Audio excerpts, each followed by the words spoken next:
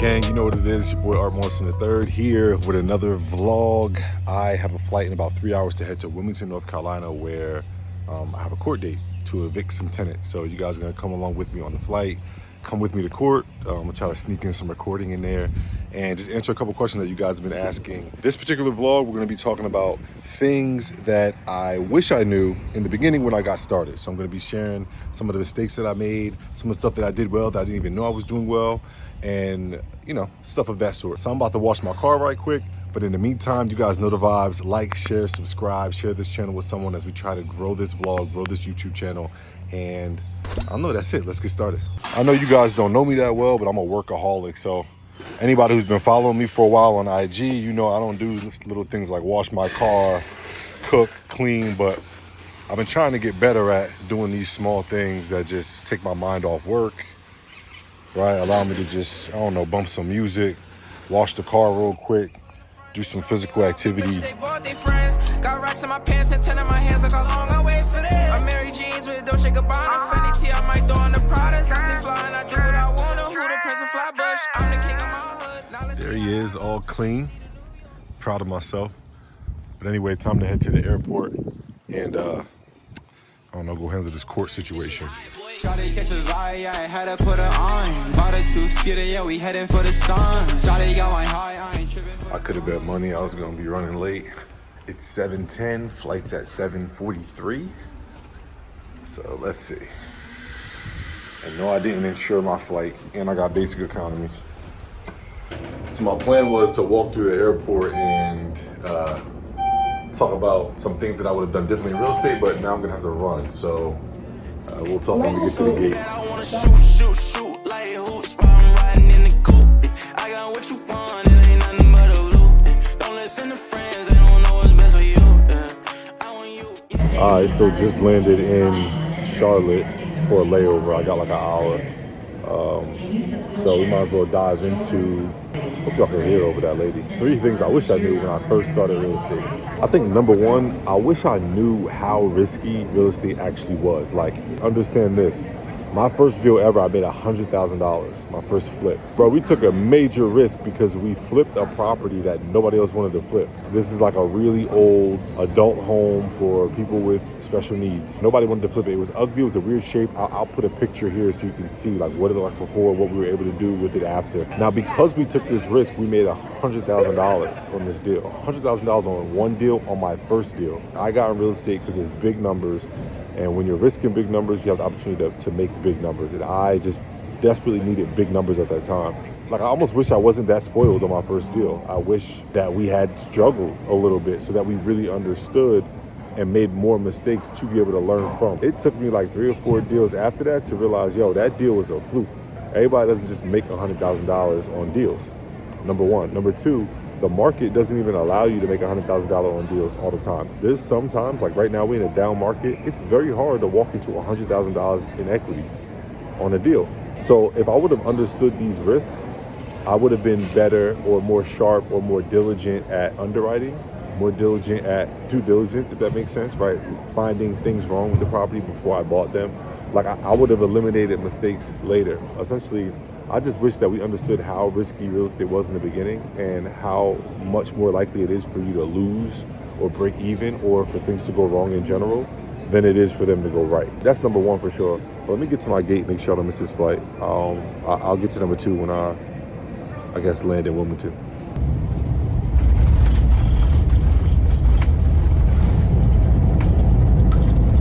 All right, so we safely landed in Wilmington. I don't know if I mentioned it earlier, but I'm here for court because we are evicting a tenant, which is never fun, but you gotta do what you gotta do as part of the game. But I just wanted to make a note that that's sort of what I was talking to you guys about last night at the airport.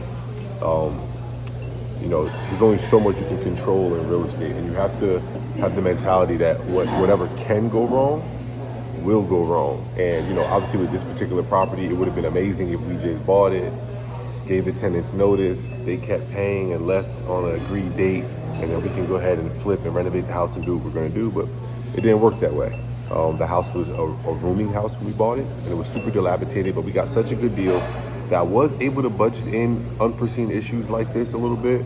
just because I knew like when you're dealing with rooming house people, unfortunately, they're not always the easiest to deal with.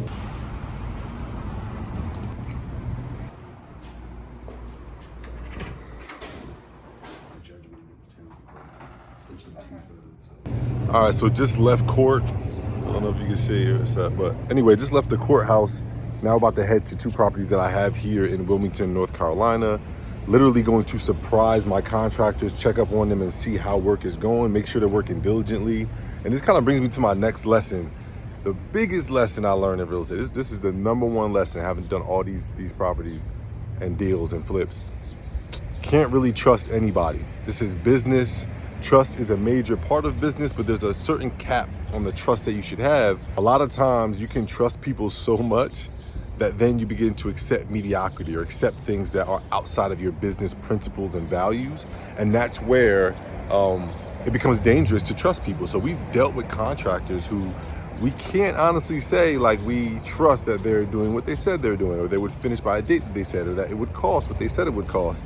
These are all small reasons why, even like now, I didn't tell either of my contractors that I was in town. And it's not because I don't like them. It's not because I'm trying to spy on them. It's simply because I don't trust anyone to work as diligently as they would if I was here when I'm not there. For example, I'll use a contractor example just to stay consistent. If you're working with a contractor, they could be your buddy, they could be your father, your cousin, it does not matter. If a contractor needs to make money, they're going to do what's best for them to make money. And sometimes that might mean taking time on your project because it's easier for them to buy time than it is for them to invest in materials and speed. That might require more guys, that might require whatever it might be, right?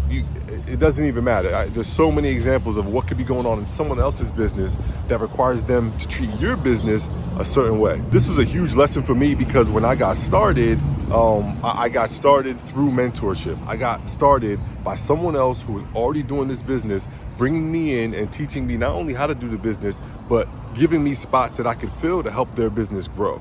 And as my business began to grow, it didn't necessarily align with how their business was set to go. And there started to be friction there, but my level of trust in these people ended up being a hindrance to me because I stuck around in a situation that was not best for my business. And I ended up losing a lot of money because of it. So if I were to get started today all over again, I definitely would look at all of my business relationships completely different, simply because, everybody say hi to Mom, my driver for the day. Hey.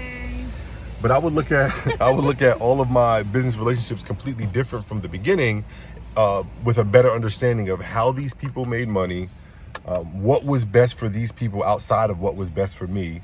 Assuming everyone has my best interests at heart and in mind was one of the silliest things that I ever did when I first got started. So that's oh my goodness. She wants to be a copycat and get content, but what? Anyway, everybody go check on these properties, check on these contractors. Let's go check it out. So we actually have 7 houses here in Wilmington, North Carolina. This is one of them. We actually had a miscommunication on this paint job here. We picked the blue, but I thought we were gonna do a different accent color other than brown, but I kind of like it, man. Let me know what you guys think. The blue and brown kind of go. So we'll see, but paint job here is all done. I don't know if you guys follow our United We Invest TV playlist, but essentially it's a fix and flip show where we walk you through the start and finish of, what this looked like before, the process, and then what it looks like after. So follow along and see this journey here. But yeah, I don't know, we never did blue and brown. I kind of bang with it though. This is one of the main reasons we decided to invest in downtown Wilmington. Just a spectacular area. We're on Riverwalk right now. We just ate downtown. So just wrapped up court, just wrapped up some lunch after, got a little work done. So now we're about to head to another one of our properties. You guys saw the one, the paint was finished. Now we're gonna head to another one of our properties just to do a quick check-in. They were supposed to be demolishing a wall so that we can kind of open up the kitchen, so I'm excited to see it. And when we get there, I'm going to share with you the third and most important thing that I wish I knew when I got started in real estate. All right, second property check-in of the day.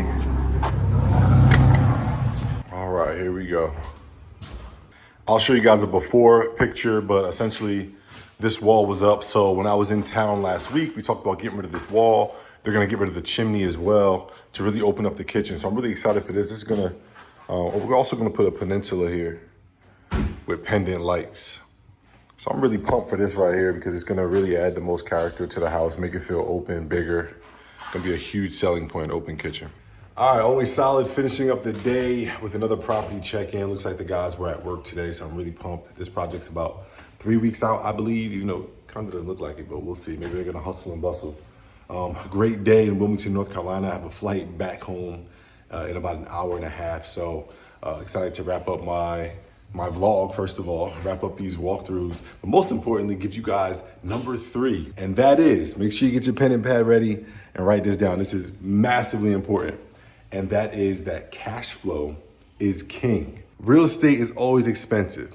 And I learned that if you do not have cash flow, it's gonna be really hard to survive in the real estate industry. So let me give you a couple examples. Number 1, once you own a property, let's just pretend you have enough money to hold a flip for 5 months. If you're having trouble getting permits approved, right? If you have just trouble in life where now you don't have the money to be able to afford paying taxes, insurance, and your monthly mortgage on that flip, there's no way for you to essentially survive the duration of the flip because the property does not get to its profitable value until you fix it up. Now, number 2, it also costs money to do the construction. Now, the banks that we use are gonna give you the money for the construction, but they're gonna do so in the form of reimbursements. So the bank is literally gonna have you send them pictures to confirm that what you said you were gonna do is done, and then they reimburse you. But here's the solution to this problem. All right, number 1, this is kind of obvious, but instead of paying someone else to do the work, you can do the work yourself.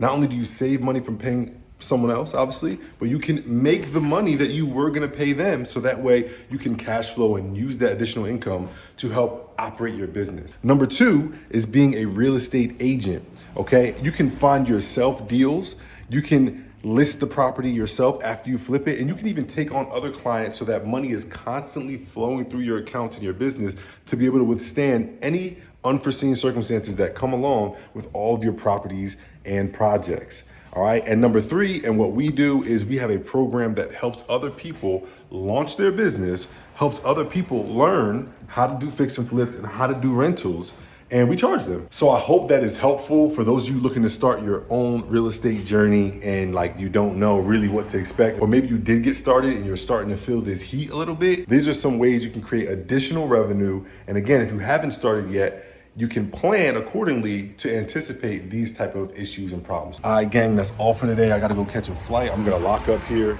but I really appreciate you all for tuning in to episode 2 of this blog that literally has no, or vlog, excuse me, that literally has no name. I'll catch you guys on the next one. As always, like, share, subscribe to follow on the journey of me, Art Morrison III, and my company, United Home Relief, as we scale a real estate investing business. All right, we're flipping about 11 houses right now. We own a total of 17, including our rentals, and we're only 4 years in. So we're looking to grow this thing, just like we're looking to grow our YouTube channel. So I'm excited to see you guys on the next video.